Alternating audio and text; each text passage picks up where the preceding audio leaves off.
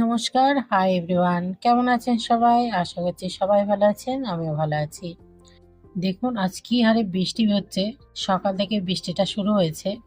এদিকে আমি আলু সেদ্ধ ভাতও বসিয়ে দিয়েছিলাম, যেহেতু কাল সোমবার করেছিলাম, তো খাওয়ার জন্য সকালে সবাই খাবে। তো আমি এদিকে হয়ে গেছে বলে তাই একটু খেয়ে নিচ্ছি। আমার সকালবেলা সেদ্ধ ভাত খেতে অসুবিধা নেই, কিন্তু অনেকদিন পরে খাচ্ছি তো বেশ ভালো লাগছে। তো আমি খেয়ে নিই, আবার দুপুরে রান্না করব। আজকে বাড়িতে তেমন কিছু নেই, কালকে ডাল রান্না করেছিলাম সেটা রয়েছে বলে আর দুপুরে বেশি কিছু করব না। কিছুটা মটরের ডাল ছিল, ওটা ভিজিয়ে দিয়েছিলাম কাল রাত্রেই, তো সেটাই বড়া করে তরকারি করব। আলু কুটে নিয়েছি, এটা আমি ইন্ডাকশানে সেদ্ধ বসিয়ে দিচ্ছি, এটাতে তাড়াতাড়ি হয়ে যায় আলুটা সেদ্ধ করে নিলে। বড়াটাও ভেজে নেব, তেল গরম বসিয়েছি।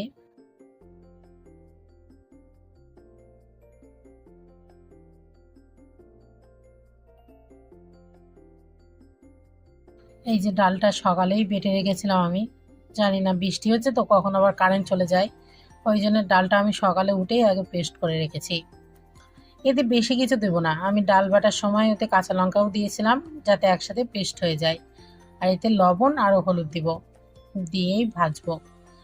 তরকারির জন্য আলাদা ভাজবো, আর ডালের সঙ্গে ভাজা বড়া খাবে তার জন্য আবার আলাদা ভাজবো। তরকারির বড়াগুলো একটু বড় বড় করব, খেতে যা লাগে অসাধারণ। এই রান্নাটা আমি এবারই এসে শিখেছি। আর আমার মা করতো কি, বেসন দিয়ে বড়া করতো, দিয়ে বেগুন দিয়ে রান্না করতো, ওটাও খেতে দারুণ লাগতো।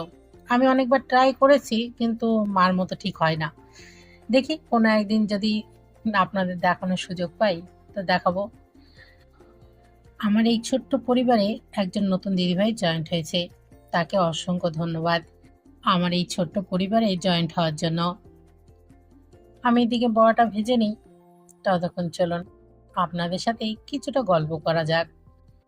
একজন আমাকে পার্সোনালি মেসেজ করেছে, করে বলছে, তুমি শুধুই রান্নার ভিডিও দাও, কেন সামনে এসে কথা বলতে পারো না? আমার বাড়িটা একদম মেন রোডের পাশেই, ওই জন্যে প্রচণ্ড গাড়ির হরেন, তারপরে চিল্লাচিল্লির আওয়াজ, সব একসাথেই। ওই জন্যে আমি ক্যামেরার সামনে এসে সেভাবে কথা বলতে পারি না, তবে যতটা পারি চেষ্টা করি যে ক্যামেরার সামনে এসে কথা বলার। আর কি, এই তো আমাদের সংসার, সকাল থেকে যা কাজ করি এটাই আমাদের নিত্যদিনের কাজ। এই কাজের কোনো ক্রেডিট থাকে না, কিন্তু তাও আমাদের প্রতিনিয়ত এটা করেই যেতে হয়, এটাই সমাজ বানিয়েছে, কি আর করা যাবে। কিন্তু এখন অনেক দেখি ছেলেপিলেরা, তারা নিজেদের কাজটা নিজেরা করতেই পছন্দ করে, আমার বেশ ভালো লাগে। অনলাইনে অনেক ছেলেরা আছে, তারা নিজেরা এখন বাইরে গিয়ে পড়াশুনো করে, নিজে রান্না শেখে, ওইটাই আমার বেশ ভালো লাগে। সবাই সবারটা যদি একসঙ্গে করতে পারতো তাহলে সংসারটা কতই না সুন্দর হতো, তাই না? একজনের ওপরে চাপ বেশি পড়ে যায়। আমার দাদা ছোটবেলা থেকে বাইরেই থাকতো, মানে আমার মাসির ছেলে, সে যখন কলকাতায় শিফট হয়ে যায় তখন আমার কাছে প্রায় ফোন করতো। তখন তো আমি নতুন নতুন রাঁধুনি, তাই ওই টুকটাক ফোন করে আমার কাছে জিজ্ঞাসা করতো, এটা কি করে রান্না করব, ওটা কি সে ফোড়ন দিব। আমি বলতাম যে আমি নিজেই রান্না ঠিক মতো পারি না, তাও বলে যে না তুই বল, তুই বললেই আমার রান্নাটা ঠিক হবে। তো এই আমি কাঁচা হাতে যেটুকুই বলে দিতাম সেটুকুই করতো, তা বলতো না ঠিকঠাকই হয়েছে, রান্না ভালো হয়েছে।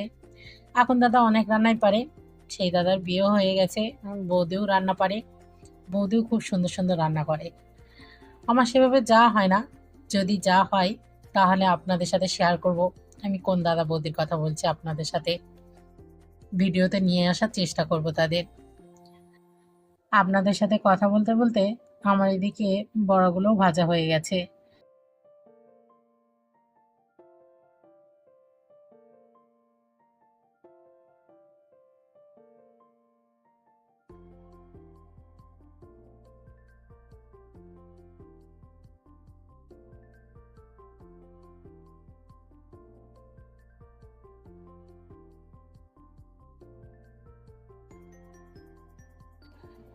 ছোট্ট ছোট্ট বড়াগুলো ভেজে তুলে রেখেছি, এইগুলো সব ডালের সাথে খাবে, আর এই টুকটাক একটা দুটো করে খেতে খেতে হাফই হয়ে যাবে।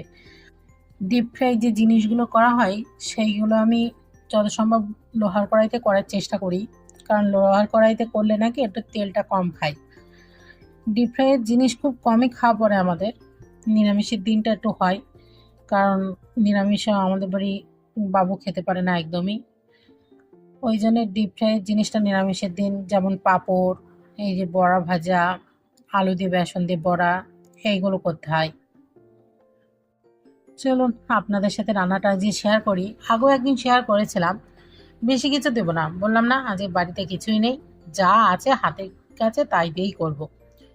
জিরে ছিল, জিরে ফোড়ন দিয়েছি, একটা শুকনো লঙ্কা ছিল, সেটা ফোড়ন দিয়েছি। এই যে কুড়িয়ে পুচিয়ে রান্না যারে বলে, বাড়ির যা আছে তাই দিয়েই হবে। আলুটা সেদ্ধ করে নিয়েছিলাম, তো ওটাই এখন কড়াইতে দিয়ে দিচ্ছি। এক পেয়ে বলে না, ওইভাবেই করব। যেহেতু আলুটা সেদ্ধ করে নিয়েছি, তাই আর কি আলাদা করে আর ভাজবো না, মশলার সাথে ভেজে নিলেই এটা ভালো হবে। আর এতে আমি সেভাবে কিছুই দিব না, জাস্ট এই জিরে মরিচের গুঁড়ো আর নামানোর আগে গরম মশলা আর সামান্য ঘি।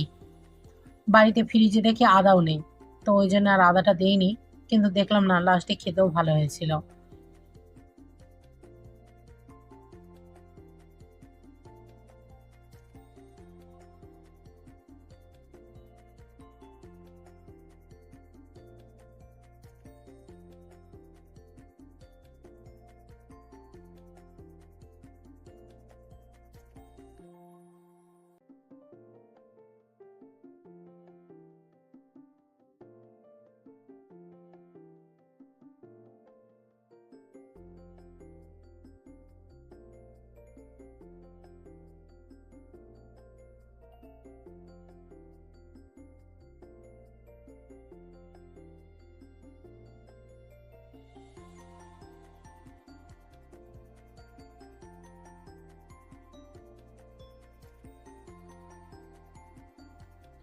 এই যে এই ছোট্ট চুপড়িটা আমি রথের মেলা থেকে নিয়ে এসেছি। আমার ছোট্ট ছোট্ট জিনিস বেশ ভালো লাগে। সবাই বলে, তুই এত মোটা আর এত লম্বা, তা তোর কেন ছোট ছোট জিনিসের প্রতি এত টান? আমি কি করব বলুন, আমার ছোট ছোট জিনিস দেখতেও ভালো লাগে, আর সেগুলো নিয়ে কাজ করতেও বেশ ভালো লাগে। আমার আগেও ছোট একটা চুপড়ি ছিল, যেটাতে আমি লঙ্কা রেখে দিতাম, কিন্তু রথের মেলায় গিয়ে এত ছোট ছোট চুপড়ি দেখে আমার ফেলে রেখে আসতে ইচ্ছা করেনি, তাই দুটো নিয়ে এসেছি। একটা এই লঙ্কা রেখে দিয়েছি, আর একটা ওই আলু টালু ভাজা করলে অল্প করে কাটার জন্যে। সেদিন সকালেও রুটি করেছিলাম, আলু ভাজা করেছিলাম, ওই নতুন চুপড়িটায় আলু কুটেছিলাম, বেশ ভালো লাগছিল। ভাত তো সকালেই করে রেখেছি, ওই জন্য আর দুপুরে ভাতও বসাতে হবে না, জাস্ট তরকারিটা করলেই হয়ে যায়। আর ডাল ছিল, সেটা বের করেছি, সেটা গরম করব, ইন্ডাকশনেই বসিয়ে দেবো। তা চলুন রান্না বান্নাটা তাড়াতাড়ি শেষ করি।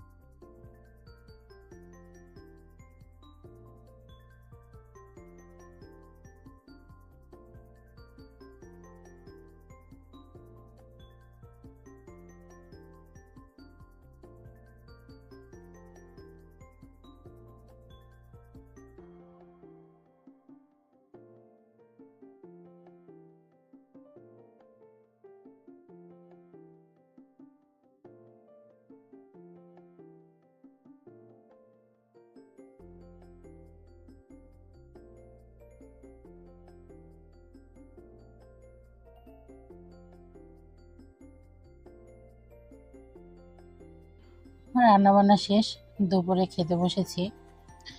আমার ভাতের পাতে কাঁচা লঙ্কা না হলে বেশ ভালো লাগে না। সবারই খাওয়া হয়ে গেছে, আমিই বাকি আছি শুধু। এডিট করছিলাম, ওই জন্য একটু লেট হয়ে গেছে। তো বসে গেলাম খেতে। অল্প ভাত, আর একটা শসা, ডাল এক বাটি, আর এই যে তরকারি দেখলাম ওইটুকুই রয়েছে, আর রাতের জন্য একটু তুলে রেখেছি। তো ভিডিওটা আজকে এই পর্যন্তই। ভালো থাকবেন, সুস্থ থাকবেন।